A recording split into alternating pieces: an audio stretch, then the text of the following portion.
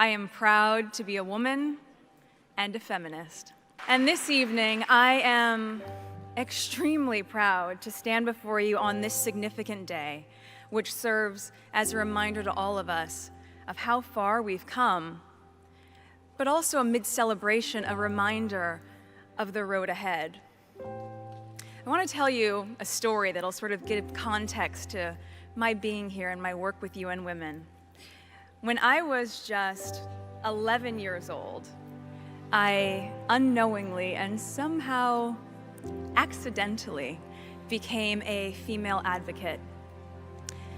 It was around the same time as the Beijing conference, so a little over 20 years ago, where in my hometown of Los Angeles, a pivotal moment reshaped my notion of what is possible. See, I had been in school watching a TV show in elementary school, and this commercial came on with the tagline for this dishwashing liquid, and the tagline said, "Women all over America are fighting greasy pots and pans." Two boys from my class said, "Yeah, that's where women belong, in the kitchen." I remember feeling shocked and angry and also just feeling so hurt. It just wasn't right and something needed to be done. So I went home and I told my dad what had happened. And he encouraged me to write letters. So I did, to the most powerful people I could think of. Now, my 11-year-old self worked out that if I really wanted someone to hear me, well, then I should write a letter to the First Lady. So off I went, scribbling away to our First Lady at the time, Hillary Clinton. I also put pen to paper and I wrote a letter to my news source at the time, Linda Ellerby, who hosted a kids' news program, and then to powerhouse attorney Gloria Allred, because even at 11, I wanted to cover all my bases. Finally, I wrote to the soap manufacturer, and a few weeks went by, and to my surprise, I received letters of encouragement from Hillary Clinton, from Linda Ellerby, and from Gloria Allred. It was amazing. The kids' news show, they sent a camera crew to my home to cover the story. And it was roughly a month later when the soap manufacturer, Procter & Gamble, changed the commercial for their Ivory Clear dishwashing liquid. They changed it from "Women all over America are fighting greasy pots and pans" to "People all over America." It was at that moment that I realized the magnitude of my actions. At the age of 11, I had created my small level of impact by standing up for equality. Now, equality means that President Paul Kagame of Rwanda, whose country I recently visited as part of my learning mission with UN Women, it means that he is equal to the little girl at the Gihembe refugee camp who is dreaming about being president one day. Equality means that UN Secretary General Ban Ki-moon is equal to the young intern at the UN who is dreaming about shaking his hand. It means that a wife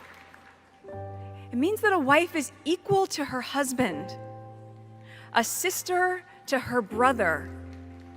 Not better, not worse. They are equal.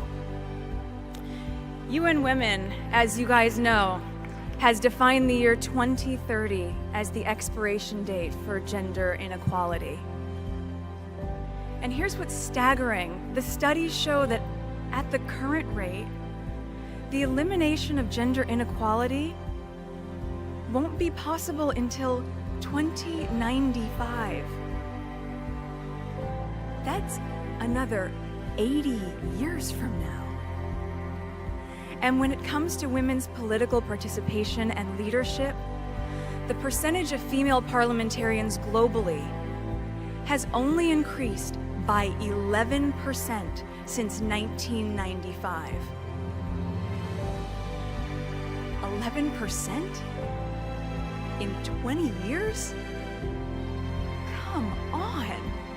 This has to change. Women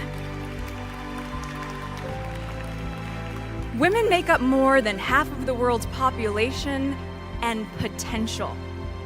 So it is neither just nor practical for their voices, for our voices, to go unheard at the highest levels of decision-making. The way that we change that, in my opinion, is to mobilize girls and women to see their value as leaders and to support them in these efforts. To have leaders, such as President Kagame of Rwanda, continue to be a role model of a country which has a parliamentary system comprised of 64% female leaders. I mean, it's the highest of any government in the world, and it's unbelievable. We need more men like that, just as we need more men like my father, who championed my 11-year-old self to stand up for what is right. In doing this, we remind girls that their small voices are in fact not small at all, and that they can affect change. In doing this, we remind women that their involvement matters, that they need to become active in their communities, in their local governments, as well as in the highest parliamentary positions. It is just imperative. Women need a seat at the table. They need an invitation to be seated there. And in some cases, where this isn't available, well, then you know what? Then they need to create their own table. We need a global understanding that we cannot implement change effectively without women's political participation. It is said that girls with dreams become women with vision. May we empower each other to carry out such vision, because it isn't enough to simply talk about equality. One must believe in it, and it isn't enough to simply believe in it. One must work at it. Let us work at it together, starting now. Thank you so much.